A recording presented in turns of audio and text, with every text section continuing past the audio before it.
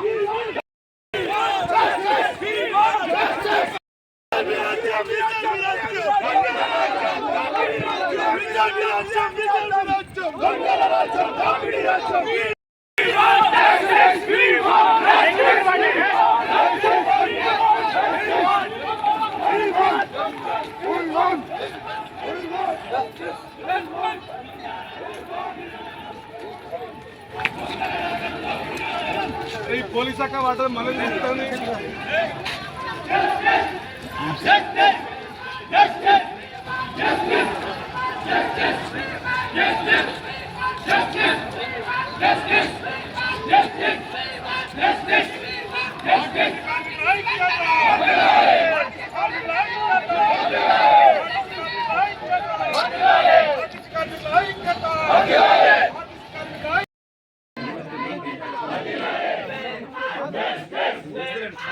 వ్యాప్తంగా ఆర్టీసీ సమ్మెలోకి వెళ్ళింది.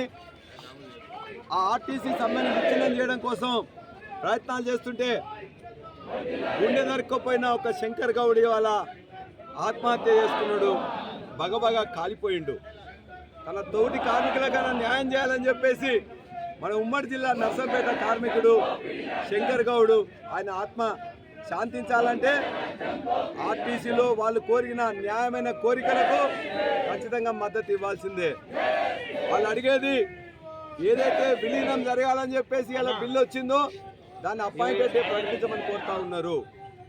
వాళ్ళకి రావాల్సిన 2021 కానీ 2025 పే స్కేల్స్ ఉన్నాయో అవి వెంటనే ఇవ్వాలని చెప్పేసి కోరుతా ఉన్నారు. అదేవిధంగా వాళ్ళకు ఏదైతే 3,000 కోట్ల రూపాయలు మహాలక్ష్మి కింద బాకీ ఉన్నదో ఆ బాకీని వెంటనే ఇవ్వాలని చెప్పేసి వాళ్ళు కోరుతా ఉన్నారు. ఇవాళ ఓవర్లోడ్ అయిపోయి ఇలా ఎలక్ట్రిక్ బస్సులు అని చెప్పేసి కొత్తవి తీసుకొస్తున్నారు. కానీ ఇలా జిల్లాలలో కానీ గ్రామాల్లో పాత బస్సులతో నడిపిస్తున్నారు. ఒక్కొక్క బస్సు 100 మందితో పోతా ఉన్నది. వాళ్ళందరూ డ్రైవర్లు అందరూ నడపలేక వాళ్ళ యొక్క మొత్తం కూడా జబ్బలన్నీ కూడా జార ఇడ్చిండ్రు. ఆ 100 మంది 150 మంది ఒక బస్సులో ఉంటే ఇలా కండక్టర్లు మహిళా కండక్టర్లు పనిచేసే పని కష్టమవుతూ ఉన్నది. కాబట్టి ఆ వచ్చే ఎలక్ట్రికల్ బస్సులు ఏమైనా ఉన్నట్లయితే ఇవాళ ఖచ్చితంగా ఇవ్వాలని చెప్పేసి ఆర్టీసీకే ఇవ్వాలని చెప్పేసి కోరుతా ఉన్నారు. అదేవిధంగా ఆ ఆర్టీసీ బస్సులు ఎలక్ట్రిక్ బస్సులు ఇవ్వడంతో పాటు వాళ్ళ యూనియన్ని పునరుద్ధరించాలని చెప్పేసి వాళ్ళు కోరుతున్నారు. ఈ ప్రధానమైన 5 డిమాండ్లు నెరవేర్చాలని ఇవాళ ఒక లింగారెడ్డి కొత్తగూడెంలో ఇవాళ చావు నోట్లో తలబెట్టి అట్లే ఉన్నాడు. అదేవిధంగా శంకర్ గౌడ్ చనిపోయిండు. అనేక చోట్ల మొత్తం కూడా కార్మికులు ఇలా కింద పడిపోతూ ఉన్నారు, చనిపోయే దిశలో ఉన్నారు. కాబట్టి ప్రభుత్వం కనికరం ఉన్నట్లయితే వెంటనే చర్చలోకి పిలిచి వాళ్ళ యొక్క 5 డిమాండ్లను సాల్వ్ చేయాల్సింది కోరుతున్నాం. జనగామలో కూడా నిన్న 2 సోదరీమణులు కండక్టర్లు కింద పడిపోయినరు. వాళ్ళు నా దగ్గరికి వచ్చి రాత్రిపూట అన్నా తప్పనిసరిగా వచ్చి మేము కనీసం కూర్చోడానికి జాగా ఇవ్వమని చెప్పేసి అడుగుతున్నారు. మేము పోలీసులకు విజ్ఞప్తి చేస్తున్నాం, దయచేసి వాళ్ళకు మాత్రం వాళ్ళకు ఒక టెంట్ వేసుకొని ఎండకు బాగున్నాయి కాబట్టి వాళ్ళకి అనుమతి ఇవ్వాల్సిందిగా మేము కోరుతా ఉన్నాం. మేము వేరే విధంగా ఏం బస్సులకు నష్టం చేయదలుచుకోలే, ఎవరికి ఒక ఆస్తికి నష్టం చేయదలుచుకోలే. మా కోరికలు ఏదైతున్నాయో వాళ్ళు మాత్రమే అడుగుతా ఉన్నారు. దయచేసి ఇక్కడ ఉన్న పోలీసులు కానీ మిగతా అధికారులు, ఆర్టీసీ అధికారులు కూడా రెచ్చగొట్టదని చెప్పి కోరుతా ఉన్నాం. వాళ్ళు ఇలా టెంపరీ ఉద్యోగులు నియమించుకున్నా అని చెప్పేసి ఇక్కడ డిపో మేనేజరు ఇస్తున్నారు. మేము వారందరికీ కూడా ఒకటే హెచ్చరిస్తున్నాం, జనగామ డిపో నుంచి వెళ్ళి ఒక్క బస్సును కూడా కదలనీయం, ఒక్క బస్సును కూడా బయటకు పోనీయం. ఎవరు ప్రైవేటు వ్యక్తులు వచ్చి నడుపుతారో అది కూడా చూస్తామని చెప్పేసి మేము ఖచ్చితంగా అధికారులకు హెచ్చరిస్తూ ఉన్నాం.